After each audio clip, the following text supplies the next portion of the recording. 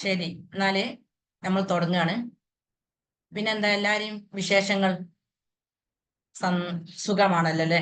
സന്തോഷത്തോടെയും സമാധാനത്തോടെയാണ് ഓരോ ദിവസവും പോകുന്നതെന്നാണ് ഞാൻ വിശ്വസിക്കുന്നത്. അങ്ങനെ ആവണം. എങ്കിലേ നമുക്ക് നല്ല ഓരോ നിമിഷത്തിനും ഓരോ നിമിഷങ്ങൾക്കും ദൈവത്തോട് നന്ദി പറഞ്ഞുകൊണ്ട് നമുക്ക് മുന്നോട്ട് പോകാൻ കഴിയുള്ളൂ. ഈ സന്തോഷം നമ്മൾ നമ്മുടെ ഉള്ളിൽ ഉണ്ടാക്കണം. അതിനുള്ള ഓരോ ക്ലാസ്സുകളാണ് നിങ്ങൾക്ക് തന്നുകൊണ്ടിരിക്കുന്നത്. സന്തോഷം നമ്മുടെ ഉള്ളിൽ ഉണ്ടായിട്ടുണ്ടെങ്കിൽ നമുക്ക് ജീവിക്കാൻ ഇഷ്ടമുണ്ടാവും. പിന്നെ നമുക്ക് എല്ലാവരോടും നല്ല നിലയിൽ പെരുമാറാൻ കഴിയും. അപ്പം നമ്മൾ ഇന്നത്തെ ടോപ്പിക് എന്തായിരുന്നു?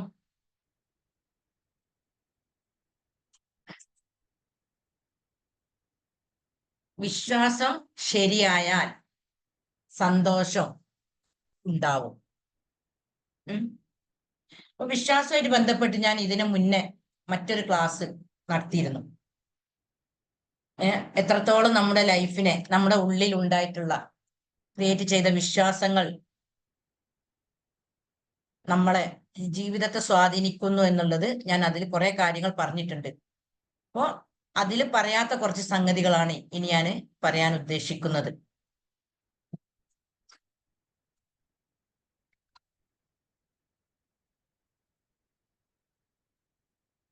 അപ്പൊ നമ്മുടെ ജീവിതത്തെ ഉയർന്ന അവസ്ഥയിലേക്കും താഴ്ന്ന അവസ്ഥയിലേക്കും എത്തിക്കുന്നത് നമ്മുടെ വിശ്വാസങ്ങളാണ്.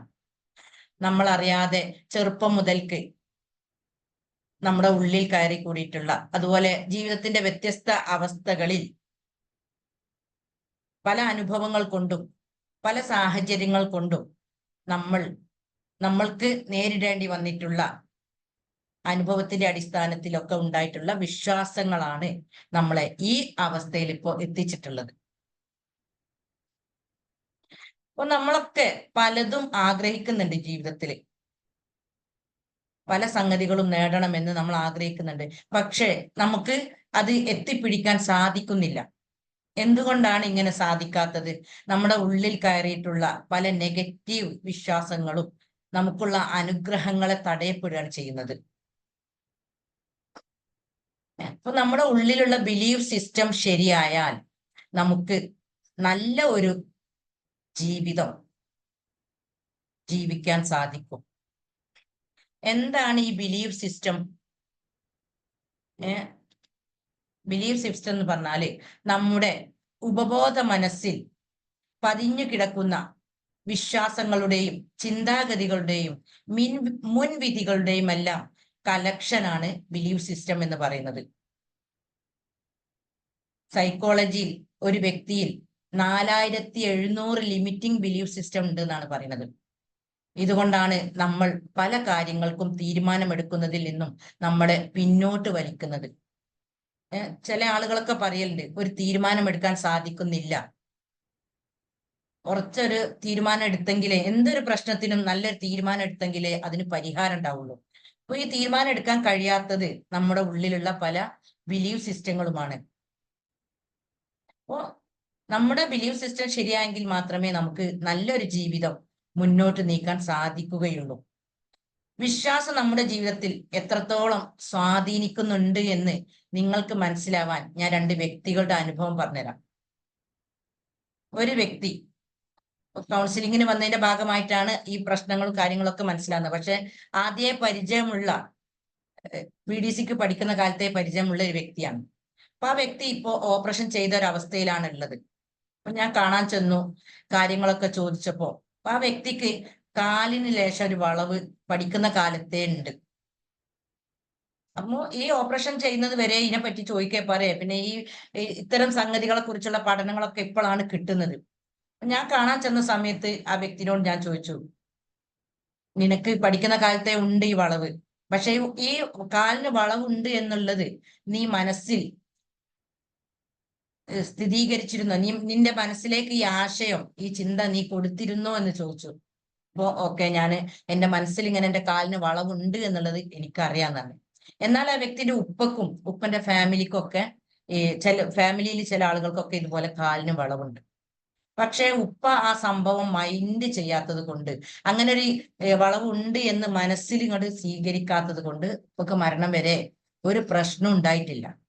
പക്ഷെ ഈ വ്യക്തി അറിയാതെ ഈ വളവുണ്ട് എന്നുള്ളത് മനസ്സിലേക്ക് എടുത്തത് കാരണം വളവ് അധികരിക്കുകയും ഞരമ്പ് ഈ വളവിന്റെ ഉള്ളിലൂടെ, എല്ലിന്റെ ഉള്ളിലൂടെ പുറത്തേക്കൊക്കെ പോയി ഭയങ്കര ഇഷ്യൂ ആയി നടക്കാൻ പറ്റാത്തൊരവസ്ഥയിലേക്ക് എത്തി. പിന്നെ ഓപ്പറേഷൻ ഒക്കെ ചെയ്യേണ്ടി വന്നു.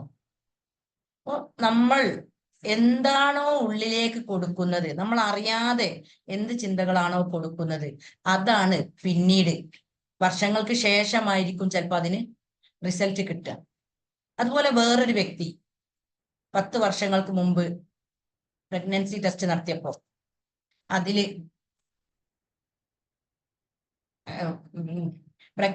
പ്രഗ്നൻസിന്റെ റിസൾട്ട് അല്ല കണ്ടത്, യൂട്രസിൽ ഒരു മുഴ ഉണ്ട് എന്നുള്ളതാണ്, ഉണ്ട് എന്നാണ് ഡോക്ടർമാര് റിസൾട്ട് കൊടുത്തത്.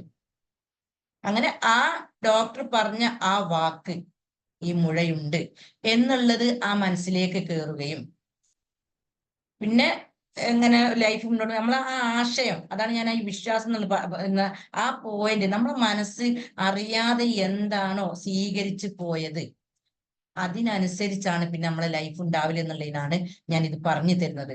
അങ്ങനെ വർഷങ്ങൾ മുന്നോട്ട് പോയി ഇപ്പൊ ആ വ്യക്തിക്ക് 10 വർഷമൊക്കെ കഴിഞ്ഞതിന് ശേഷം ഇപ്പം ഭയങ്കരമായിട്ട് ബ്ലീഡിങ് ആണ്. നമ്മള് എന്താണോ ഇന്ന വിഷയം, ഇന്ന പ്രശ്നം എനിക്കുണ്ട് എന്ന് നമ്മൾ മനസ്സോട് സ്വീകരിക്കുമ്പോൾ പിന്നെ അതിനനുസരിച്ചുള്ള ഒരു പ്രവർത്തനമാണ് നമ്മളെ ബോഡിയിൽ ഉണ്ടാവുന്നത്. നമുക്ക് ചിലപ്പോൾ അതിനെ തൊട്ട് വല്ലാണ്ടൊന്നും നമ്മൾ ചിന്തിക്കുന്നുണ്ടാവില്ല, എന്നാലും നമ്മളെ മനസ്സിൽ ഇന്ന വിഷയം ഉണ്ട്. അത് ഉണ്ട് എന്ന് സ്വീകരിക്കുന്നതിന് പകരം ഇല്ല, എനിക്ക് കുഴപ്പമില്ല, എന്റെ ഉപബോധ മനസ്സിന്റെ ശക്തി കൊണ്ട് ഞാൻ അതിനെ സുഖപ്പെടുത്തും, എനിക്ക് ഇന്ന ശക്തി, കഴിവുകൾ എന്റെ എനർജിയിൽ ഉണ്ട് എന്നുള്ള ഒരു തിരിച്ചറിവ് നമുക്ക് കിട്ടിയിട്ടില്ല. അത് കിട്ടാത്തത് കൊണ്ടാണ് നമ്മുടെ ഉള്ളിലേക്ക് കയറിയ പ്രശ്നം, വിശ്വാസം എന്താണോ അതിനനുസരിച്ചാണ് നമ്മുടെ ലൈഫ് പിന്നീട് ഉണ്ടാവുന്നത്. എന്നാൽ ഇത് നമ്മളെ പഠനത്തിലൊന്നും, വിദ്യാഭ്യാസ സിസ്റ്റങ്ങളിലൊന്നും ഇത്തരം സംഗതികൾ ഉൾപ്പെടുന്നില്ല. ലൈഫുമായിട്ട് ബന്ധപ്പെട്ടിട്ടുള്ള കാര്യങ്ങളൊന്നും ഉൾപ്പെടുന്നില്ല. വിദ്യാഭ്യാസ സിസ്റ്റത്തിൽ നമുക്ക് ജോലി സംബന്ധമായിട്ടുള്ള കാര്യങ്ങൾ മാത്രമാണ് ഉൾപ്പെടുക. അതുകൊണ്ടാണ് ഇത്തരം അറിവുകളൊന്നും നമുക്ക് ഇല്ലാതെ ആയിപ്പോയത്. പിന്നെ ഇങ്ങനത്തെ പ്രശ്നങ്ങളൊന്നും ആരും പറയുകയോ, ഒരാളെ മനസ്സിലുള്ള കാര്യം വേറൊരാൾ പറയൂല. അപ്പോ നമ്മളൊക്കെ LD പ്രോബ്ലം ഉള്ള കുട്ടികള്, പല വിധത്തിലുള്ള കുട്ടികളൊക്കെ നമ്മളെ മുന്നിലുണ്ട്. ലേണിംഗ് ഡിസബിലിറ്റി, പഠിക്കാൻ പ്രയാസമുള്ള കുട്ടികള്, അതുപോലെ വൈകല്യമുള്ള കുട്ടികള്, ഭിന്നശേഷിക്കാരായ ആളുകള്, ഇവരൊക്കെ നമ്മളൊക്കെ ദൈവത്തിന്റെ വിധി എന്ന് പറഞ്ഞ് അങ്ങോട്ട് അത് മാറ്റി വെക്കുക എന്നല്ലാതെ എന്തുകൊണ്ട് ഇത്തരം കുട്ടികൾ ജനിച്ചു, ഈ വ്യക്തിയുടെ മാനസികാവസ്ഥയും ഇതുമായിട്ട് വല്ല കണക്ഷനും ഉണ്ടോ എന്ന് നമ്മൾ ആരും ചിന്തിക്കലില്ല. വല്ല പ്രശ്നങ്ങളിലൂടെയും പോയിട്ടാണോ ഈ വ്യക്തി ഈ രൂപത്തിലായത്, ഇങ്ങനെ ഒരു കുട്ടി ജനിച്ചത്? ഞാൻ ഇപ്പൊ ഈ വിഷയമായിട്ട് ഇങ്ങനെ ഉള്ള ഒരു പഠനത്തിലൂടെ നീങ്ങിയപ്പോ ഇങ്ങനത്തെ കുട്ടികളുള്ള രക്ഷിതാക്കളോട് ചോദിക്കുമ്പോൾ അധികം ആളുകളും പറയുന്നത് ഗർഭാവസ്ഥയിൽ ടെൻഷൻ അടിച്ചിരുന്നു എന്നാണ്. ഇതൊന്നും നമ്മൾ മനസ്സിലാക്കുന്നില്ല. നമ്മളെ മാനസികാവസ്ഥ ആരും തന്നെ അളക്കുന്നില്ല. നമ്മളെ മനസ്സിലേക്ക് എന്തെല്ലാം കേറിയിട്ടുണ്ട്, അത് എത്രത്തോളം എനിക്ക് എൻ്റെ ലൈഫിന് രോഗങ്ങളിലേക്കും പല പ്രശ്നങ്ങളിലേക്കും ടെൻഷനിലേക്കും നയിക്കുന്നുണ്ട് എന്നുള്ളത് നമ്മൾ ചിന്തിക്കുന്നില്ല. അതുകൊണ്ടാണ് 2012 ഒരു ബിലീഫ് ഇൻ ബയോളജി പറഞ്ഞൊരു പുസ്തകം ഞാൻ പറഞ്ഞുതരാം.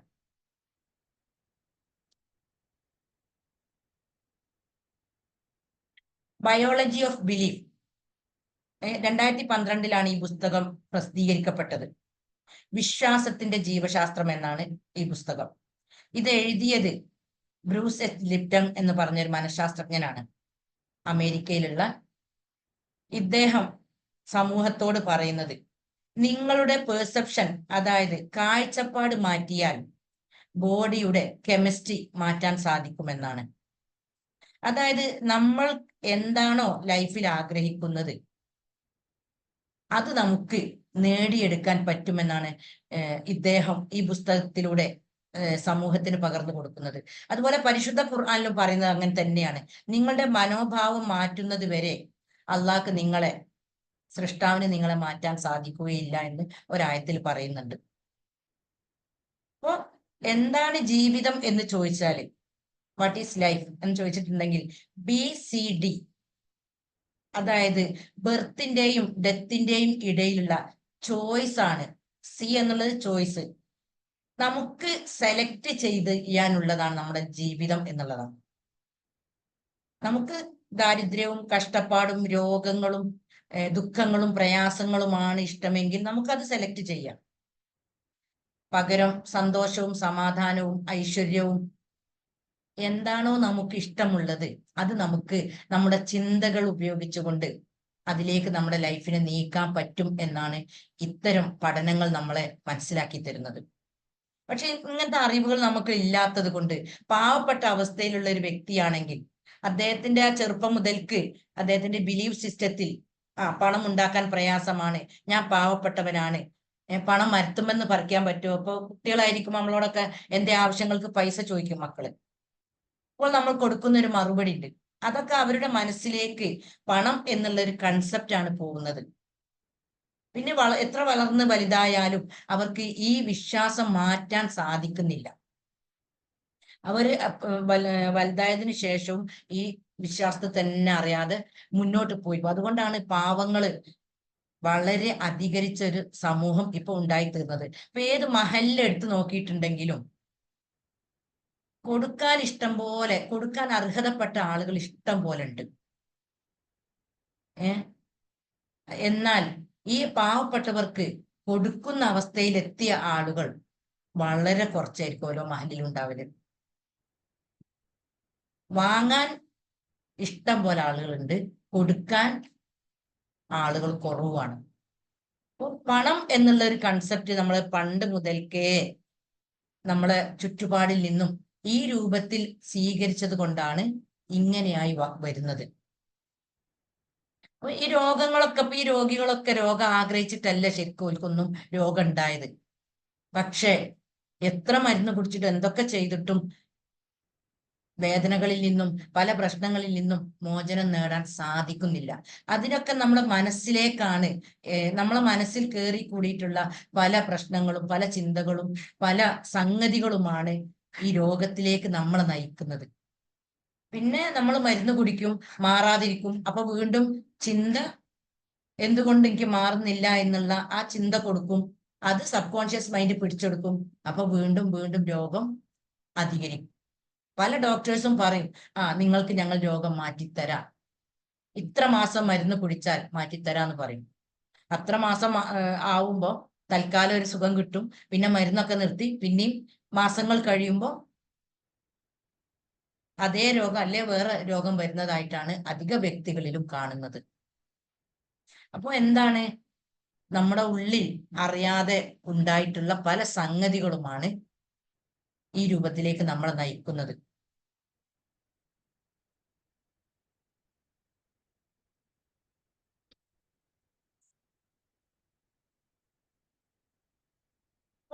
നമ്മുടെ ലൈഫിൽ നമുക്ക് എന്ത് വേണമോ അത് നേടിയെടുക്കാൻ നമുക്ക് സാധിക്കും. പക്ഷെ ഈ നമ്മുടെ ആഗ്രഹങ്ങൾക്കനുസരിച്ചുള്ള ലൈഫിലേക്ക് നമുക്ക് എത്തിപ്പെടാൻ സാധിക്കാത്തത് നമ്മുടെ ഉള്ളിൽ കൂടിയിട്ടുള്ള പല നെഗറ്റീവ് ഇമോഷൻസുമാണ്, നെഗറ്റീവ് സംഭവങ്ങളുമാണ് നമുക്ക് ഈ അനുഗ്രഹങ്ങളൊക്കെ തടയപ്പെടാനുള്ള കാരണം. അതാ നെഗറ്റീവ് ആയി തീർന്നത് നമ്മളല്ല പ്രതി. നമ്മുടെ ഉള്ളിലുള്ള ആ എനർജി നെഗറ്റീവായി തീരാനുള്ള കാരണം നമ്മുടെ ചുറ്റുപാടുകളും നമ്മളോട് മറ്റുള്ളവർ പെരുമാറിയതും ഒക്കെയാണ് അതിനുള്ള കാരണങ്ങളാവുന്നത്. അപ്പോൾ എന്നെ വേദനപ്പെടുത്തുന്ന, എനിക്ക് ഭയങ്കര വിഷമം ഉണ്ടാവുന്ന എന്തെങ്കിലും ഒരു അനുഭവം എനിക്കുണ്ടായിട്ടുണ്ടെങ്കിൽ കുറെ കാലങ്ങൾക്ക് ശേഷമൊക്കെ ഞാൻ മറന്നു പോയിട്ടുണ്ടാവും. പക്ഷെ എൻ്റെ സെല്ലുലാർ മെമ്മറിയിൽ അത് സ്റ്റോർ ചെയ്യപ്പെട്ടിട്ടുണ്ടാവും. പിന്നെ ഇടയ്ക്കിടയ്ക്ക് ഈ ചിന്ത നമ്മളെ മനസ്സിലേക്ക് വന്നുകൊണ്ടിരിക്കും. ഈ ഇടക്കിടക്ക് ചിന്ത വരുന്നത് മെമ്മറിയിൽ നിന്നും ആ പ്രശ്നം പോവാത്തത് കൊണ്ടാണ്. ഈ മെമ്മറിയിലേക്ക് ഇത് വരുമ്പോൾ നമ്മൾ അറിയാതെ നെഗറ്റീവ് ചിന്ത ആയി പോവാണ്. ആ വ്യക്തിനോടോ ആ പശ്ചാത്തലത്തോടോ ഒക്കെ നമുക്ക് വെറുപ്പ് ഫീൽ ചെയ്യും. ഇതിലൂടെ ഇങ്ങനെ ഒരുപാട് അനുഭവങ്ങൾ നമ്മളെ ഉള്ളിലേക്ക് വരുമ്പോ നമ്മൾ മറ്റൊരു വ്യക്തിയായിട്ട് മാറുകയാണ് പിന്നെ ചെയ്യുന്നത്. നമ്മളെ ഉള്ളിലേക്ക് എന്തെല്ലാം കയറിയിട്ടുണ്ട്, ഞാൻ ഇപ്പോൾ ഈ അവസ്ഥയിൽ എത്തിപ്പെട്ടത് എന്തുകൊണ്ട് എന്ന് നമ്മൾ ചിന്തിക്കുമ്പോൾ നമുക്ക് അതിനൊക്കെ ഉള്ള ഉത്തരങ്ങൾ കിട്ടും. അപ്പൊ വിശ്വാസത്തിന് ജീവശാസ്ത്രം എന്ന ആ ബുക്കിൽ അദ്ദേഹം പറയുന്നത് ഇപ്പോൾ രോഗമുള്ള ബോഡിയാണെങ്കിൽ ആരോഗ്യമുള്ള ബോഡിയാക്കി മാറ്റാൻ നിങ്ങൾക്ക് സാധിക്കും. അതിനുള്ള പവർ നിങ്ങളുടെ ഉപബോധ മനസ്സിന് നൽകിയിട്ടുണ്ട് എന്നാണ് ഈ പുസ്തകത്തിലൂടെ അദ്ദേഹം സമൂഹത്തോട് പറയുന്നത്. അപ്പോ അദ്ദേഹം പറയുന്നുണ്ട്, നിങ്ങൾ തന്നെയാണ് നിങ്ങളുടെ ഡോക്ടർ, നിങ്ങൾ തന്നെയാണ് നിങ്ങളുടെ ഹീലർ. ഇതിൽ അദ്ദേഹം പൊളിക്കുന്ന 2 വിശ്വാസങ്ങളുണ്ട്. ഒന്ന് പാരമ്പര്യം, 2 സാഹചര്യം. മെയിൻ ആയിട്ട് അദ്ദേഹം പൊളിക്കുന്നത് പാരമ്പര്യ വിശ്വാസത്തെയാണ്. നമ്മൾ എന്തൊരു സംഗതിക്കും എന്തൊരു അസുഖത്തിനും ഡോക്ടറെ അടുത്തേക്ക് പോയാല് നമ്മളോട് ആദ്യം ചോദിക്കുക എന്താണ്? വീട്ടിൽ ആർക്കെങ്കിലും ഇത്തരം രോഗങ്ങൾ ഉണ്ടോ എന്ന് ചോദിക്കും, അല്ലേ? അതാണ് ചോദിക്കല്. അപ്പൊ നമ്മളെ ചിന്ത അറിയാതെ പോവും. ഫാദറിനുണ്ടോ അല്ലെ മദറിനുണ്ടോ, ഉപ്പന്റെ ഫാമിലിയിൽ ആർക്കുണ്ടോ, ഉമ്മന്റെ ഫാമിലിയിൽ ആർക്കൊണ്ടാണ് ആദ്യം ഏത് അസുഖത്തിന്, ഇനിയിപ്പോ ഒരു പനിയാണെങ്കിൽ പോലും വീട്ടിലാർക്കോ പനിച്ചീണോന്നാ ചോദിക്കല്. ഈ ചോദ്യത്തിലൂടെ തന്നെ നമ്മൾ അറിയാതെ ഈ നമ്മളെ മറ്റുള്ളവർക്കുള്ള രോഗങ്ങൾ നമുക്ക് കിട്ടും എന്നുള്ളൊരു വിശ്വാസം നമ്മൾ ഉള്ളിലേക്ക് കയറി പോവാണ്. അപ്പൊ ഇദ്ദേഹം പറയുന്നത് നമ്മുടെ പാരമ്പര്യ വിശ്വാസത്തിന് പിന്നിൽ ജീനുകൾ കൈമാറാൻ സാധ്യതയുണ്ട് എന്ന് അദ്ദേഹം പറയുന്നുണ്ട്. പക്ഷെ മാതാപിതാക്കളിൽ നിന്ന് ജീനുകൾ കൈമാറിയാൽ നമുക്ക് മാതാപിതാക്കളിലൂടെ നമുക്ക് ജീനുകൾ കിട്ടും, അതൊരു യാഥാർത്ഥ്യമാണ്. പക്ഷെ ആ ജീനുകൾ നമ്മുടെ ബോഡിയിൽ വർക്ക് ചെയ്യണമെങ്കിൽ നമുക്കതിൽ വിശ്വാസം ഉണ്ടാവണം. നമുക്കതിൽ വിശ്വാസമില്ലെങ്കിൽ നമുക്ക് ഒന്നും സംഭവിക്കൂല എന്നാണ് ഇദ്ദേഹം തെളിയിച്ചത്. എൻ്റെ ഉപ്പക്ക് എൻ്റെ ഉപ്പക്ക് പ്രഷറാണ് അല്ലെ ഷുഗർ ഉണ്ട്, അത് എനിക്കും ഉണ്ടാവാൻ സാധ്യതയുണ്ട് എന്ന് ഞാൻ വിശ്വസിച്ചെങ്കിൽ മാത്രമേ എനിക്ക് ആ രോഗം ഉണ്ടാവുകയുള്ളൂ. ആ ജീൻ എൻ്റെ ബോഡിയിൽ പ്രവർത്തിക്കുള്ളൂ. ഞാനത് വിശ്വസിക്കുന്നില്ലെങ്കിൽ എൻ്റെ ബോഡിയിൽ ഒന്നും ചെയ്യാൻ കഴിയില്ല ഈ ജീനുകൾക്ക്. അപ്പോൾ എത്രത്തോളം നമ്മളെയൊക്കെ അറിവില്ലായ്മ മൂലം നമ്മൾ പല അവസ്ഥകളിലൂടെ തരണം ചെയ്യേണ്ടി വന്നു എന്ന് നമുക്ക് മനസ്സിലാക്കാൻ കഴിയും. ഇദ്ദേഹം ഒരു മെഡിക്കൽ ഡോക്ടറാണ്. ഈ ഫീൽഡ് ഒഴിവാക്കിയിട്ടാണ് അദ്ദേഹം ഈ മേഖലയിലേക്ക് തിരിഞ്ഞത്. ഒരുപാട് ആളുകളുടെ ജീവിതം പ്രയാസങ്ങളിലൂടെയും കഷ്ടപ്പാടുകളിലൂടെയും ഒക്കെ പോകുന്നത് കണ്ടപ്പോൾ അതിനെ പഠനം നടത്തിയതിനു ശേഷമാണ് അദ്ദേഹം ഇത്തരം ഈ പുസ്തകം രചിക്കുന്നതും ജനങ്ങളുടെ ലൈഫിൽ ഒരു മാറ്റം വരണം എന്ന് ഉദ്ദേശിച്ചിട്ടാണ് ഇത് സമൂഹത്തിന് പകർന്നു കൊടുത്തതും. നമ്മളെയൊക്കെ ജീവിതം ഈ രൂപത്തിലായിട്ടുണ്ടെങ്കിൽ അതിന് നമ്മുടെ ഉള്ളിൽ കയറിയിട്ടുള്ള പല വിശ്വാസങ്ങളുമാണെന്ന് നമുക്ക് മനസ്സിലാക്കാൻ പറ്റും. പിന്നെ വേറൊരു കാര്യം പറഞ്ഞത്, ഒന്ന് പാരമ്പര്യമാണെന്ന് പറഞ്ഞു, രണ്ടാമത്തേത് സാഹചര്യം. പകർച്ചവ്യാധി, നമ്മളെ സമൂഹത്തിൽ ഒരു പ്ലേഗ് രോഗമോ അല്ലെങ്കിൽ വേറെന്തെങ്കിലും നിപ്പ വൈറസ് ഇങ്ങനത്തെ ഒക്കെ ഉണ്ടാവുമ്പോ എല്ലാവർക്കും ഒരു പേടിയുള്ള അവസ്ഥയായിരിക്കും ഉണ്ടാവല്, അല്ലേ? അപ്പൊ നമ്മുടെ ഏറ്റവും വലിയ ശത്രുവാണ് പേടി എന്നുള്ളത്. ഈ പേടി നമ്മുടെ മനസ്സിനുണ്ടെങ്കിൽ നമ്മുടെ പ്രതിരോധ ശക്തി എന്താവും? കുറയും. അതുകൊണ്ടാണ് ആ കൊറോണയുടെ സമയത്തൊക്കെ ശരിക്കും നമ്മളെ കേരളത്തിലേക്കൊക്കെ കൊറോണ എത്തുന്നതിന് മുന്നേ ന്യൂസ് പേപ്പറിലൂടെയും മറ്റു വാർത്തകളിലൂടെയും ഒക്കെ നമ്മുടെ മനസ്സിന് പേടിയുള്ള ഒരു അവസ്ഥ ഉണ്ടായി പോയിട്ടുണ്ട്. കാരണം ചൈനയിലായിട്ടും വ്യത്യസ്ത രാജ്യങ്ങളിൽ ഇത് പിടിപെട്ട് ഇങ്ങനെ മരിച്ചു വീഴുന്ന ഒരുപാട് ശവങ്ങൾ കൂട്ടിയിടുന്ന ഒരു രംഗാണ് നമ്മളൊക്കെ സോഷ്യൽ മീഡിയയിലൂടെ കണ്ടത്. നമ്മുടെ കേരളത്തിലേക്ക് എത്തുന്നതിന് മുന്നേ തന്നെ കേരളീയ ജനത അധിക ആളുകളും ഇതിനെ പേടിക്കുന്ന ഒരവസ്ഥയിലാണുള്ളത്. അപ്പോൾ കേരളത്തിലേക്ക് വന്നപ്പോഴും പെട്ടെന്ന് നമ്മുടെ മനസ്സിനെ, നമ്മുടെ ശരീരത്തെ ഈ വൈറസിന് കീഴടക്കാൻ കഴിഞ്ഞു. എന്തുകൊണ്ടാണ്? ഓൾറെഡി പേടിയുള്ള ഒരു അവസ്ഥ എല്ലാവരുടെ മനസ്സിലും ഉണ്ടായിട്ടുണ്ട്. ഈ പറയുന്ന എൻ്റെ മനസ്സിലും വന്നു പോയിട്ടുണ്ട്. പക്ഷേ നമ്മുടെ ഉപബോധ മനസ്സിന്റെ ശക്തി, ഇതിനെ പറ്റിയുള്ള ഒരു പഠനം നമ്മുടെ സമൂഹത്തിൽ ഇല്ലാത്തത് കൊണ്ടാണ് ഇത്രയും ആളുകൾ മരണത്തിന് കീഴടങ്ങിയത് എന്ന് എനിക്കും ഈ സംഭവം ഉണ്ടായപ്പോഴാണ് മനസ്സിലാക്കാൻ പറ്റിയത്. നമുക്ക് ധൈര്യമുണ്ടെങ്കിൽ നമ്മുടെ ബോഡിയിൽ എന്ത് പ്രവർത്തിക്കും? ആന്റിബോഡികൾ. അതായത് ഒരു വൈറസ് നമ്മുടെ ശരീരത്തിൽ കയറി കഴിഞ്ഞാൽ 100 കണക്കിന് ആന്റിബോഡി നമ്മുടെ ശരീരത്തിൽ ഉൽപ്പാദിപ്പിക്കുന്നതാണ്, അതിനെ നശിപ്പിക്കാൻ വേണ്ടിയിട്ടുള്ള. പക്ഷേ അപ്പൊ ഇത് പറയുന്നത് 100 കണക്കിന് ആന്റിബോഡികൾ നമ്മുടെ ശരീരത്തിൽ ഉൽപ്പാദിപ്പിക്കുന്നു എന്ന് പറയുന്നത് തന്നെ സയൻസ് ആണ് നമ്മളോട്. മെഡിക്കൽ സയൻസ് നമ്മളോട് ഈ സംഗതി പറയുന്നുണ്ടെങ്കിൽ, പക്ഷെ നമ്മൾ ആരും ഇത് ഉൾക്കൊള്ളുന്നില്ല. നമ്മൾ എല്ലാറ്റിനും മരുന്ന് കുടിച്ച് നമ്മുടെ ശരീരത്തെ ഒരു ഭാഗമാക്കി, ഒരു പാകത്തിനാക്കി നിർത്തിയ ഒരു അവസ്ഥയാണ് ഇപ്പോൾ ഉള്ളത്. ഇപ്പൊ ചെറിയ കുട്ടിയായിരിക്കുമ്പോൾ, ഞാൻ ഇന്നലത്തെ ക്ലാസ്സിൽ അത് പറഞ്ഞിട്ടുണ്ട്, ഒന്നുകൂടി സാന്ദർഭികമായിട്ട് പറയാണ്. ചെറിയ കുട്ടികളായിരിക്കുമ്പോൾ പനിക്കുന്ന സമയത്ത് നമ്മൾ കുളിപ്പിക്കൂല.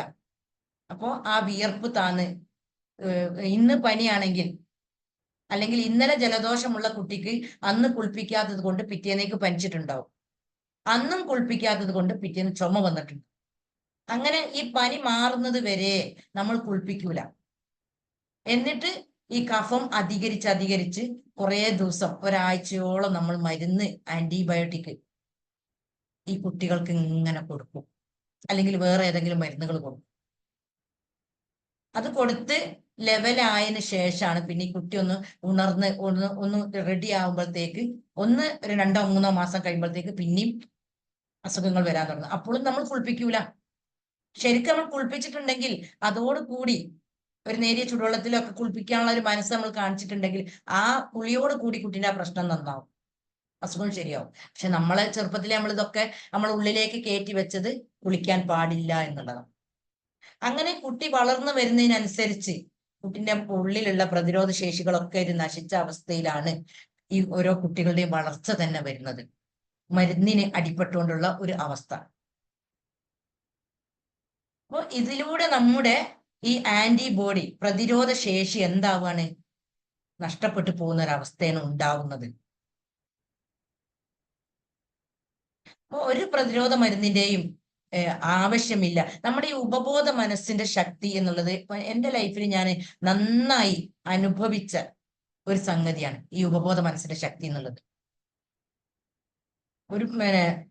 ഇതിനെ പറ്റി ഞാൻ മനസ്സിനെ പറ്റി പഠിക്കാൻ തുടങ്ങിയത് മുതൽക്കാണ് ഇങ്ങനെ ഒരു ശക്തി നമ്മുടെ ഉള്ളിലുണ്ട്.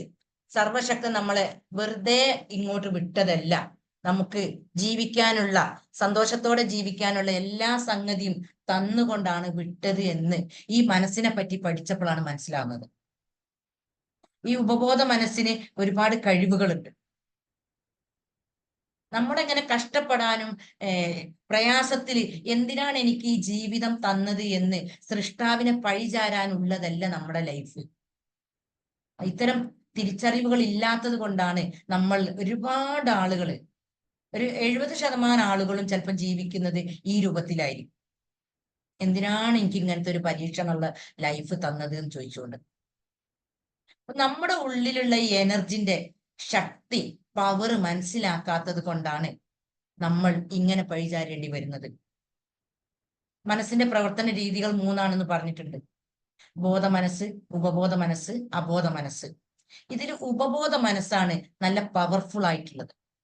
ഈ ഉപബോധ മനസ്സിന്റെ കഴിവുകളിൽ കുറെ കാര്യങ്ങൾ പറയുന്നുണ്ട്. നമ്മുടെ ആഗ്രഹങ്ങൾ സഫലീകരിക്കപ്പെടും. നമുക്ക് രോഗമുണ്ടെങ്കിൽ അത് സുഖപ്പെടുത്താനുള്ള കഴിവുണ്ട്. നമ്മുടെ ചിന്തകൾക്കനുസരിച്ച് രോഗം ഉണ്ടാക്കാനുള്ള കഴിവുണ്ട്. രോഗം ഇല്ലാതാക്കാനുമുള്ള കഴിവുണ്ട്. ഹീലിംഗ് പവർ ഇപ്പൊ ഡോക്ടർ പറഞ്ഞതുപോലെ തന്നെ ഹീലിംഗ് പവർ നമ്മുടെ ഉള്ളിൽ തന്നെയുണ്ട്. പക്ഷെ നമുക്ക് ആ അറിവില്ല. ആ അറിവില്ലാത്തത് കൊണ്ടാണ് നമ്മൾ ഇങ്ങനെ അസ്വസ്ഥമായിട്ടുള്ള ഒരു ലൈഫ് നയിക്കേണ്ടി വരുന്നത്. നമ്മുടെ ശരീരത്തിൽ എവിടെയെങ്കിലും ഒരു വേദന വന്നാല് നമ്മൾ കുറച്ചൊക്കെ ഒന്ന് ക്ഷമിക്കും. പക്ഷെ നമ്മുടെ ചിന്ത ആ വേദന തൊട്ടാവുന്നത് കൊണ്ട് നമുക്ക് ആ വേദന കൂടി വരും. പകരം അതൊക്കെ എൻ്റെ ഒരു തോന്നലാണ്, അതിപ്പോ ശരിയാവും, അത് എനിക്കൊരു കുഴപ്പമില്ല എന്നുള്ള ഒരു ചിന്തയാണ് നമ്മൾ ആവർത്തിച്ച് കൊടുക്കുന്നതെങ്കിൽ ചിലപ്പോ ആ വിശ്വാസം കൊണ്ട് തന്നെ ആ വേദന പോകും. എൻ്റെ ഉള്ളിൽ തന്നെ ഹീലിംഗ് പവർ ഉണ്ട്. എല്ലാം സുഖപ്പെടുത്താനുള്ള കഴിവ് എൻ്റെ ഉള്ളിലുണ്ട്. ഈ എനർജി തന്നുകൊണ്ടാണ് എന്നെ സൃഷ്ടാവ് ഈ ഭൂമിയിലേക്ക് വിട്ടത് എന്നുള്ള ഒരു അറിവ് നമുക്കുണ്ടെങ്കിൽ നമുക്ക് തന്നെ നമ്മളെ ചികിത്സിക്കാൻ കഴിയും. കാരണം കിടക്കുന്നതിന്റെ 3 മണിക്കൂർ മുന്നേ ഭക്ഷണം കഴിച്ചിട്ട് കിടക്കുന്ന സമയത്ത് ബ്രീത്ത് എക്സസൈസ് ചെയ്ത് വിഷ്വലൈസ് ചെയ്യുക. നമ്മൾ ആരോഗ്യത്തോടെ നടന്ന ആ ശരീരത്തെ നമ്മൾ മനസ്സിലേക്ക് കൊണ്ടുവന്ന് നമ്മൾ സ്വയം നമ്മളെ കൊണ്ടുവരാം. എന്നിട്ട് നല്ല ആരോഗ്യമുള്ള ഒരു വ്യക്തിയാണ് ഞാൻ ഉറങ്ങുന്ന സമയത്ത് എൻ്റെ ഉപബോധ മനസ്സ് എൻ്റെ ശരീരത്തിൽ പ്രവർത്തിച്ച് എനിക്ക് എന്തൊക്കെ പ്രശ്നങ്ങൾ എൻ്റെ ഉള്ളിലുണ്ടോ അത് എൻ്റെ ഉപബോധ മനസ്സ് ശരിയാക്കും എന്ന് പറഞ്ഞ് നമ്മൾ അഫർമേഷൻ കൊടുത്തുകൊണ്ട് ഞാൻ നല്ല സന്തോഷവതിയാണ്, ആരോഗ്യവതിയാണ് എന്നുള്ള ചിന്ത കൊടുത്തുകൊണ്ട് നമ്മൾ കിടന്നാൽ പിറ്റേന്നേക്ക് നമുക്ക് നല്ലൊരു അവസ്ഥ ഉണ്ടാവും. പക്ഷെ നമ്മൾ എന്തോ ദൗർഭാഗ്യത്താൽ നമ്മൾ കിടക്കുമ്പോഴും ആലോചിക്കും കഴിഞ്ഞു പോയതൊക്കെ അല്ലേ വരാനിരിക്കുന്നത്. ഈ വേണ്ടാത്ത ചിന്തകൾ കൊടുത്തുകൊണ്ടാണ് നമ്മൾ ഉറങ്ങാൻ തന്നെ കിടക്കല്. ഉറക്കൊക്കെ നമുക്ക് ഒരുപാട് നമ്മുടെ ആഗ്രഹങ്ങൾ നിറവേറ്റാനാണ് ശരിക്കും നമുക്ക് ഈ ഉറക്കം തന്നത്. അതൊന്നും നമ്മൾ മനസ്സിലാക്കുന്നില്ല. നമ്മൾ അതൊന്നും ചിന്തിക്കാതെയാണ് നമ്മൾ ഉറങ്ങാൻ കിടക്കുന്നതും നമ്മൾ ആകെ ടെൻഷനും ഡിപ്രഷനും ആയ അവസ്ഥയിൽ സ്ട്രെസ്സും ഡിപ്രഷനും ആയ ഒരു അവസ്ഥയിലാണ് നമ്മൾ കിടക്കലുണ്ട്. എന്നിട്ട് ഉറക്കില്ലാതെ ഉള്ളൊരവസ്ഥ. പകരം സന്തോഷം മനസ്സ് കൊടുത്തുകൊണ്ട് എൻ്റെ എല്ലാ പ്രശ്നങ്ങളും സോൾവ് ആക്കപ്പെടും. പിന്നെ സാമ്പത്തികമായിട്ടുള്ള ഒരു ബാധ്യതയാണെങ്കിൽ ഇതൊക്കെ എനിക്ക് എന്തൊക്കെയോ ദൈവം നന്മ കണ്ടിട്ടാണ് ഇതെല്ലാം ഈ പരീക്ഷണങ്ങളെല്ലാം എനിക്ക് ലഭിച്ചത്. എന്നിലൂടെ മറ്റുള്ളവർക്ക് എൻ്റെ ഈ ലൈഫ് കൊണ്ട് ഞാൻ എന്തൊക്കെയോ ആയിത്തീരുന്നതിന് വേണ്ടിയിട്ടാണ് എനിക്ക് ഇത്രയും പ്രശ്നങ്ങൾ തന്നത് എന്നുള്ള തോട്ട് കൊടുക്കുമ്പോൾ നമുക്ക് അവിടെ നിരാശയും പ്രശ്നങ്ങളും ഒന്നും ഉണ്ടാവില്ല. നമുക്ക് നല്ലൊരു അവസ്ഥയിലേക്ക് എത്തിപ്പെടാൻ കഴിയും. അപ്പോൾ ഈ ഉപബോധ മനസ്സ് എന്നുള്ളത് എല്ലാം നമുക്ക് നൽകിക്കൊണ്ടാണ് നമ്മളെ ഈ ഭൂമിയിലേക്ക് വിട്ടിട്ടുള്ളത്. അപ്പോൾ ഞാൻ എൻ്റെ ലൈഫിലൊക്കെ ഈ ഉപബോധ മനസ്സിനെ ഉപയോഗിച്ചിട്ടാണ് എൻ്റെ എല്ലാ അസുഖങ്ങളും ഇങ്ങനെ മാറ്റല്. ഒരു മരുന്നും കുടിക്കേണ്ടി വരാത്തത് ഈ മനസ്സിന്റെ ശക്തി മനസ്സിലാക്കിയിട്ടാണ്. ജോസഫ് മർഫി ഒരു ബുക്ക് എഴുതിയിട്ടുണ്ട്, നിങ്ങളുടെ ഉപബോധ മനസ്സിന്റെ ശക്തി എന്ന് പറഞ്ഞിട്ട്. ആ പുസ്തകം ഇറങ്ങിയതിന് ശേഷമാണ് ലോകത്ത് ഇത്രയും വിപ്ലവകരമായിട്ടുള്ള കണ്ടുപിടുത്തങ്ങളും മാറ്റങ്ങളും ഒക്കെ സംഭവിച്ചിട്ടുള്ളത്. അതിനുശേഷമാണ് നമ്മുടെ ഉള്ളിലുള്ള ഉപബോധ മനസ്സിന് ഇത്രയും പവർ ഉണ്ട്. അതിൽ അദ്ദേഹം ഈ രോഗവുമായിട്ട് ബന്ധപ്പെട്ട എല്ലാ കാര്യങ്ങളും ആ പുസ്തകത്തിൽ പറയുന്നുണ്ട്. അദ്ദേഹം ഒരു സംഗതി പറഞ്ഞ ഒരു ലേഡി, ഒട്ടും നടക്കാൻ പറ്റാത്ത ഒരു സ്ത്രീ ഈ ഉപബോധ മനസ്സിന്റെ ശക്തി മനസ്സിലാക്കി ഒരു ദിവസം ഉപബോധ മനസ്സിന്റെ ശക്തി മനസ്സിലാക്കുകയും ആ ശക്തി കൊണ്ട് എനിക്ക് നടക്കാൻ കഴിയും, എനിക്ക് എൻ്റെ എല്ലാ ആഗ്രഹങ്ങളും സാധിക്കപ്പെടും. അപ്പൊ നടക്കാൻ കഴിയാത്ത ഒരു വ്യക്തിനെ സംബന്ധിച്ചിടത്തോളം ഏറ്റവും വലിയ ആഗ്രഹം നടക്കാൻ സാധിക്കുക എന്നുള്ളതാണ്. കണ്ണ് കാണാത്ത ഒരാളെ സംബന്ധിച്ചിടത്തോളം ഏറ്റവും വലിയ ആഗ്രഹം ഉണ്ടാവല് കണ്ണ് കാണുക എന്നുള്ളതാണ്. അങ്ങനെ ഓരോരുത്തരുടെയും ആഗ്രഹം വ്യത്യസ്തമായിരിക്കും. അവനവന്റെ അവസ്ഥകൾക്കനുസരിച്ചുള്ള ആഗ്രഹങ്ങളാണ് ഉണ്ടാവുക. അപ്പൊ ഈ വ്യക്തി എപ്പോഴും എണീച്ച് നടക്കുന്നത് ഇങ്ങനെ മനസ്സിൽ കാണും, പൂർണ്ണ ആരോഗ്യത്തോടു കൂടി നടക്കും എന്ന് ഇദ്ദേഹം കണ്ടു. ഈ വ്യക്തി കണ്ട് ഒരു ദിവസം ഫോൺ റിങ് ചെയ്തപ്പോ ആ വ്യക്തി അറിയാതെ ആ ഫോണ് എണീച്ചെടുത്തു എന്നുള്ളത് ആ പുസ്തകത്തിൽ പറയുന്നുണ്ട്. അതുപോലെ 1981 ഒരു സ്വന്തം വിമാനം തകർന്ന് വിമാനം ഓടിച്ചുകൊണ്ടിരിക്കുമ്പോൾ ഭൂമിയിലേക്ക് പതിച്ച് ആശുപത്രിയിൽ എത്തിക്കുമ്പോൾ ഇദ്ദേഹത്തിന് കണ്ണിന്റെ ചലനം മാത്രമുള്ളത്. ഡോക്ടേഴ്സ് ഒക്കെ വിധി എഴുതി മരണമല്ലാതെ ഇനി അദ്ദേഹത്തിന്റെ മുന്നിൽ ഒന്നുമില്ല. കാലം അദ്ദേഹത്തിന്റെ പേര് ഞാൻ മറന്നുപോയി. എനിക്ക് ഓർമ്മ ഉണ്ടായിരുന്നു നന്നായി. എനിക്ക് ഭയങ്കര ഞാൻ ആ വീഡിയോ കണ്ടപ്പോ ഭയങ്കരമായിട്ട് ഇഷ്ടപ്പെട്ടു. കാരണം ഞാനൊക്കെ ഈ രൂപത്തിലായത് ഈ ഉപബോധ മനസ്സിന്റെ കഴിവുകൾ മനസ്സിലാക്കിയിട്ടാണ്. അപ്പൊ ഇദ്ദേഹത്തെ ആശുപത്രിയിൽ ഏത് ഡോക്ടർ വന്ന് പരിശോധിക്കുമ്പോഴും അദ്ദേഹത്തെ ട്രീറ്റ് ചെയ്യുമ്പോഴും പറയും ഇദ്ദേഹം ഇനി നടക്കുകയില്ല. ഇദ്ദേഹം ഈ രൂപത്തിൽ കിടന്നുകൊണ്ട് അങ്ങ് മരിക്കുക എന്നുള്ളതല്ലാതെ ഒന്നും സംഭവിക്കൂല എന്ന് ട്രീറ്റ്മെന്റ് നടത്തുന്നവർ പറയും. പക്ഷെ ഇദ്ദേഹത്തിന്റെ മനസ്സിൽ പറയും നിങ്ങൾക്ക് അങ്ങനെ പറയാനേ കഴിയുകയുള്ളൂ. എന്റെ മനസ്സിന്റെ ശക്തിയെ, എനിക്ക് ദൈവം തന്നിട്ടുള്ള ഈ വിൽ പവറിനെ നിങ്ങൾക്കൊന്നും ചെയ്യാൻ പറ്റൂല. ഞാൻ എൻ്റെ ഈ മനസ്സിന്റെ ശക്തി ഉപയോഗിച്ചുകൊണ്ട് ഞാൻ ഇതിൽ നിന്ന് രക്ഷപ്പെടും എന്ന് അദ്ദേഹം ഇതൊക്കെ കേൾക്കുമ്പോൾ ഉള്ളിൽ പറയും. അങ്ങനെ ആ പ്രാവശ്യത്തെ ക്രിസ്മസിന് ഹോസ്പിറ്റലിൽ നിന്നും നടന്ന് വീട്ടിലേക്ക് പോകുന്നത് അദ്ദേഹം മനസ്സിൽ കാണും, വിഷ്വലൈസ് ചെയ്യും. പറഞ്ഞതുപോലെ തന്നെയാണ്. മോറിസ് ഗുഡ്മാൻ അദ്ദേഹത്തിന്റെ പേര്. അദ്ദേഹം പറഞ്ഞതുപോലെ തന്നെയാണ് പിന്നെ സംഭവിച്ചത്. ആ ക്രിസ്മസിന് ഡിസ്ചാർജ് ചെയ്ത് വീട്ടിലേക്ക് പോയി. ഇങ്ങനെ എത്രയോ അനുഭവങ്ങളുണ്ട് സ്വന്തം ഉപബോധ മനസ്സിന്റെ ശക്തി ഉപയോഗിച്ച് ആരോഗ്യം വീണ്ടെടുത്തതായിട്ട്. പക്ഷെ നമ്മുടെ പല വിശ്വാസങ്ങളും പല സംഗതികളും കാരണം ഇത്തരം തിരിച്ചറിവ് നമുക്ക് കിട്ടുന്നില്ല. നമ്മളെ സമൂഹത്തിൽ നമുക്ക് കിട്ടുന്നത് മുഴുവനും രോഗം രോഗം രോഗം, അവിടെ കാണിക്കുക അപ്പൊ സുഖം ഉണ്ടാവും, അല്ല ഇപ്പുറത്ത് കൊണ്ടുപോയി കാണിക്കുക അപ്പൊ സുഖം ഉണ്ടാവും. അങ്ങനെ ഓരോരുത്തർ പറയുന്നതിനനുസരിച്ച് പല ഡോക്ടർമാരടുത്തേക്കും പോകുന്ന ഒരു അവസ്ഥ. ഇങ്ങനെ ഒരുപാട് മരുന്നുകൾ കുടിച്ച് നമ്മുടെ ശരീരം ഒന്നുമല്ലാതെ എന്നിട്ടോ ഒക്കെ സുഖമാവാണെ കുഴപ്പമില്ല. നല്ലൊരു ആരോഗ്യത്തോടെ ജീവിക്കാൻ പറ്റുന്ന ഒരു അവസ്ഥയിലേക്ക് എത്തുകയാണെങ്കിൽ അതൊക്കെ നമുക്ക് സമ്മതിക്കേണ്ടി. പക്ഷെ അതൊന്നും അവിടെ എത്തൂല. അപ്പൊ ഈ എന്തിനും നമുക്ക് ഇത് വരണമെങ്കിൽ നമ്മുടെ ഉള്ളിലുള്ള നെഗറ്റീവ് കാര്യങ്ങളും നമ്മുടെ ഇമോഷൻസും മാറ്റണം. ഇമോഷൻസ് മാറ്റി നമ്മുടെ എനർജിയിൽ പിടിച്ചിരിക്കുന്ന, സെല്ലുലാർ മെമ്മറിയിൽ പിടിച്ചിരിക്കുന്ന പല സംഗതികളും മാറ്റുമ്പോൾ ഈ EFT-യിലൂടെ, ഇമോഷൻ ഫ്രീഡം ടെക്നിക്കിലൂടെ പുറത്തേക്ക് പോകുമ്പോൾ നമുക്ക് ഒരു മൈൻഡ് ഇങ്ങനെ സ്ട്രോങ് ആയിട്ട് ഫീൽ ചെയ്യും, സ്ട്രോങ് ആയിട്ട് വരും.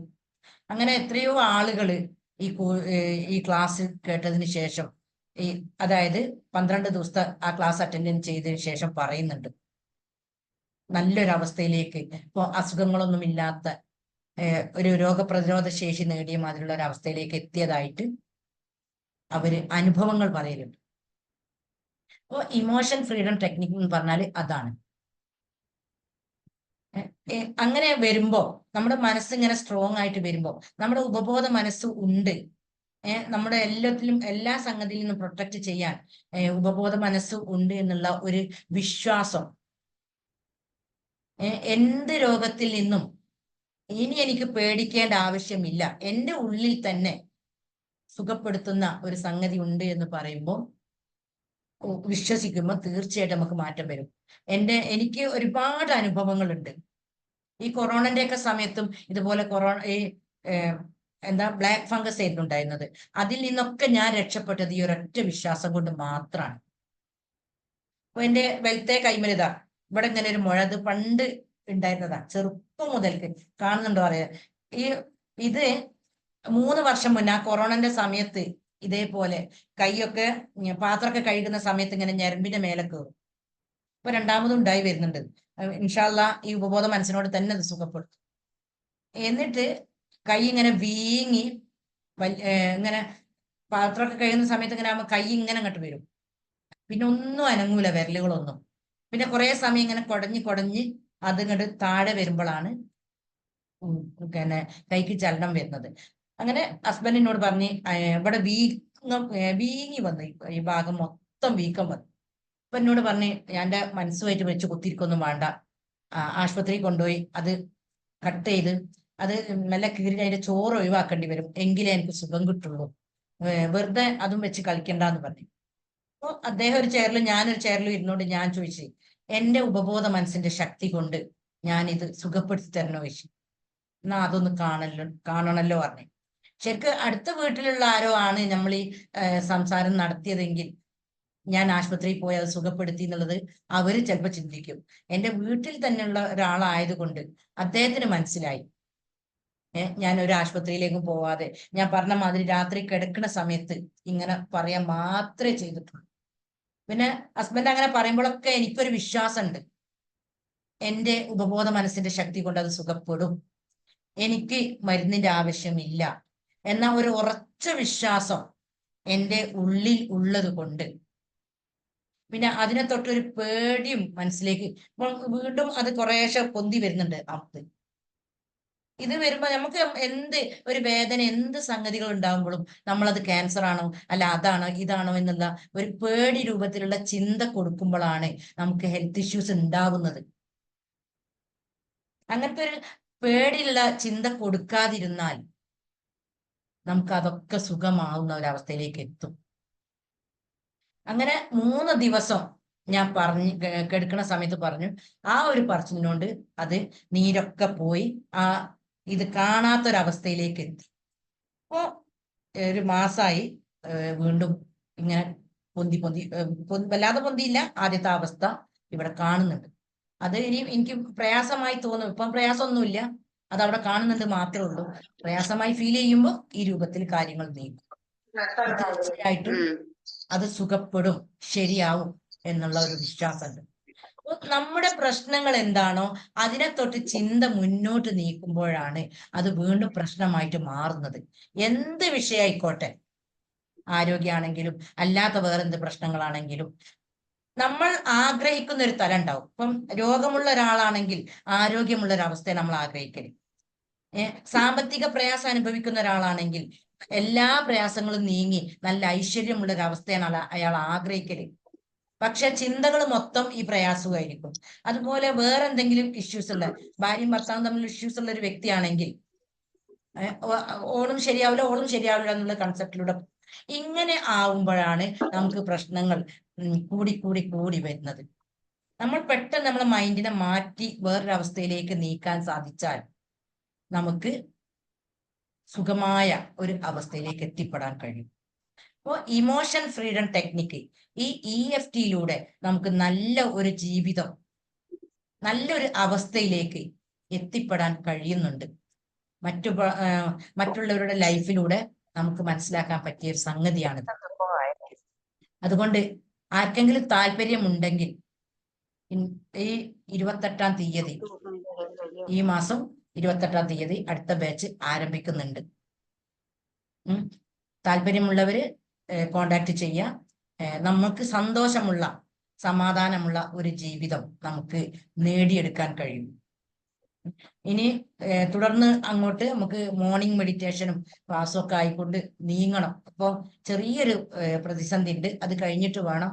അപ്പൊ ഞാൻ രാവിലെ ഒരു ചെറിയ സ്ഥാപനത്തിലേക്ക് പോകുന്നുണ്ട്. അത് നിർത്തിയതിന് ശേഷം മെഡിറ്റേഷൻ ഉണ്ടെങ്കിൽ മാത്രമേ നമുക്ക് ഈ ക്ലാസ്സും കൂടെ മെഡിറ്റേഷനും ഉണ്ടെങ്കിൽ നമ്മുടെ തോട്ടൊക്കെ മാറ്റി നമ്മുടെ മനസ്സിലുള്ള എല്ലാ വേണ്ടാത്ത വിശ്വാസങ്ങളെയും മാറ്റിയെടുത്തുകൊണ്ട് നല്ല ഒരു ലൈഫിലേക്ക് നമുക്ക് നീങ്ങാൻ പറ്റും. ഞാനൊക്കെ ഈ അവസ്ഥയിൽ എത്തിപ്പെട്ടത് ഈ മോർണിംഗ് മെഡിറ്റേഷനും അതുപോലെ തെറാപ്പികളുമാണ്. അതായത് കിടക്കുന്ന സമയത്ത് ഇങ്ങനെ ചെയ്യും. വല്ലാതെ ഡിപ്രഷനിലേക്ക് പോകുന്ന ഒരു സ്റ്റേജിൽ എത്തിയിരുന്നു ഞാൻ കുറച്ച് വർഷങ്ങൾക്ക് മുമ്പ്. എല്ലായിടത്തും പ്രശ്നങ്ങൾ ലൈഫിൽ. ആ സമയത്താണ് അറിയാതെ ഈ മെഡിറ്റേഷനും കാര്യങ്ങളൊക്കെ ഒരു ദൈവികമായിട്ടുള്ള ഉള്ളെന്നുള്ളൊരു ഉൾവിളി എന്നോണമാണ് ഇത് മനസ്സിലാക്കുന്നതും. അല്ലാതെ നമുക്ക് ആരും ഇത് പറഞ്ഞു തരാനില്ലല്ലോ. നമ്മളെ സൊസൈറ്റിയിൽ ഇത് അറിയൂല, പ്രത്യേകിച്ച് മുസ്ലിം കൾച്ചറിൽ ഇങ്ങനെ ഒരു അറിവ് തന്നെ അല്ല. അങ്ങനെ ഇത് ഇങ്ങനെ അറിയാതെ ഇങ്ങനെ ചെയ്ത് മനസ്സിലുള്ള എല്ലാ പ്രശ്നങ്ങളും അങ്ങോട്ട് പോയി. സാഹചര്യം നമുക്ക് മാറ്റാൻ കഴിയില്ല.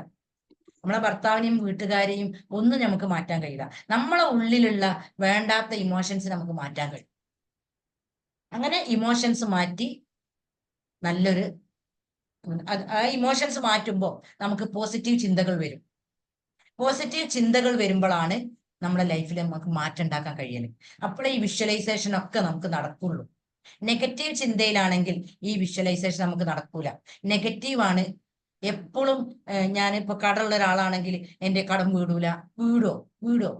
ഇപ്പോ ആരോഗ്യമുള്ളൊരവസ്ഥ, രോഗമുള്ളൊരു വ്യക്തിയാണ് ഞാനെങ്കിൽ എൻ്റെ രോഗം സുഖാവോ എന്നുള്ള ഒരു നെഗറ്റീവ് തോട്ട്, സംശയം കലർന്ന ഒരു തോട്ട് ഞാൻ എൻ്റെ ഉള്ളിലേക്ക് കൊടുക്കുകയാണെങ്കിൽ ഒരിക്കലും റിസൾട്ട് ഉണ്ടാവില്ല. ഉറച്ചൊരു വിശ്വാസം വേണം. എൻ്റെ ഉപബോധ മനസ്സിന് ഇത്തരം കഴിവുകളുണ്ട്. അതിലൂടെ എൻ്റെ എല്ലാ പ്രശ്നങ്ങളും എനിക്ക് സോൾവ് ആക്കാൻ കഴിയും എന്നുള്ള ഉറച്ച വിശ്വാസമുണ്ടെങ്കിൽ നമ്മുടെ ബോഡിയിൽ ഇത് പ്രവർത്തിക്കും. അതുകൊണ്ട് നമ്മുടെ ഉള്ളിലുള്ള ഈ കഴിവിനെ നമ്മൾ കണ്ടെത്തുക. ഈ പ്രപഞ്ചത്തിൽ നമുക്ക് വേണ്ടതെല്ലാം ഒരുക്കിയിട്ടുണ്ട്. അത് കിട്ടണമെങ്കിൽ നമ്മുടെ ഉള്ളിൽ നമ്മൾ ഈ എല്ലാം നമ്മുടെ ഉള്ളിൽ നമ്മൾ നിറക്കണം. പ്രശ്നങ്ങളും കഷ്ടപ്പാടുകളും പ്രയാസങ്ങളും ദുഃഖങ്ങളും ദുരിതങ്ങളും ഒഴിവാക്കി ഇത്തരം സംഗതികൾ ഉള്ളിലേക്ക് നിറക്കുമ്പോൾ നമ്മുടെ ലൈഫ് അങ്ങോട്ടേക്ക് എത്തിപ്പെടും. പെട്ടെന്നൊന്നും നാളെ നടന്നില്ലെങ്കിലും തീർച്ചയായും നമുക്ക് നല്ലൊരു ഭാവി ഉണ്ട്. അതിനു വേണ്ടിയിട്ടാണ് എനിക്കിപ്പം ഇത്രയും പ്രയാസങ്ങൾ, ഇത്രയും അവസ്ഥകൾ ഉള്ളത് എന്ന് ചിന്ത കൊടുക്കുക. എന്നിട്ട് നമ്മുടെ ഉപബോധ മനസ്സിനെ ഉറച്ച് വിശ്വസിച്ച് അതിലേക്ക് നമ്മളെ ലൈഫിനെ മാറ്റുക. ഉപബോധ മനസ്സിന് ഇത്രയും കഴിവുകൾ ഉണ്ട് എന്ന് ഇനി യൂട്യൂബിലൊക്കെ അടിച്ചു നോക്കിയാൽ മനസ്സിലാവും. റീകണ്ടീഷൻ ചെയ്യാം നമ്മളെ മൈൻഡിനെ. ഇപ്പം കൂടിയിട്ടുള്ള വേണ്ടാത്തതായ എല്ലാ നെഗറ്റീവ് ചിന്തകളെയും പല വിശ്വാസങ്ങളെയും ഒക്കെ പുറത്തേക്ക് ഇട്ടിട്ട് നല്ല വിശ്വാസങ്ങൾ ഉള്ളിലേക്ക് എടുക്കുക, നല്ല ചിന്തകൾ കൊടുക്കുക, പോസിറ്റീവ് ആവുക. നമ്മുടെ ആഗ്രഹങ്ങളും എല്ലാം നമ്മൾക്ക് സാക്ഷാത്കരിക്കപ്പെടും. ഓക്കെ. അപ്പോൾ എല്ലാവർക്കും നല്ല സന്തോഷവും സമാധാനവും ഐശ്വര്യവുമുള്ള, പൂർണ്ണ ആരോഗ്യമുള്ള, നല്ല സമ്പത്തുള്ള ഒരു അവസ്ഥയിലേക്ക് ഈ ജന്മത്തിൽ തന്നെ ഓരോ നിമിഷവും ആസ്വദിച്ചുകൊണ്ട്, ഓരോ നിമിഷത്തെയും അറിഞ്ഞുകൊണ്ട് ജീവിക്കാൻ സാധിക്കട്ടെ എന്ന് ഞാൻ ആത്മാർത്ഥമായി ആഗ്രഹിക്കുകയാണ്. ഇതുപോലെ പ്രാർത്ഥിക്കുകയും ചെയ്യുന്നു. ഓക്കെ. ഇനി ആർക്കെങ്കിലും എന്താ ചോദിക്കാനുണ്ടോ? സംശയങ്ങൾ ചോദിക്കാനുണ്ടെങ്കിൽ ചോദിച്ചോളൂ. ഒരു 2 മിനിറ്റ്.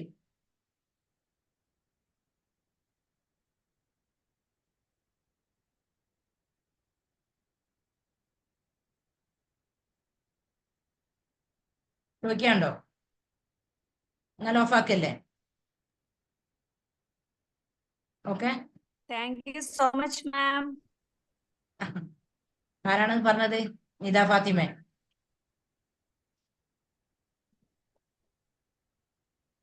Yes ma'am. യെസ്. ഇനി നെക്സ്റ്റ് മൺഡേ കേട്ടോ, മൺഡേ അല്ലെങ്കിൽ ട്യൂസ്ഡേ ഉണ്ടാവും. ഓക്കെ. എല്ലാവർക്കും ഇതുവരെ ക്ഷമിച്ച് എല്ലാം കേട്ടതിന് നന്ദി അറിയിക്കുകയാണ്.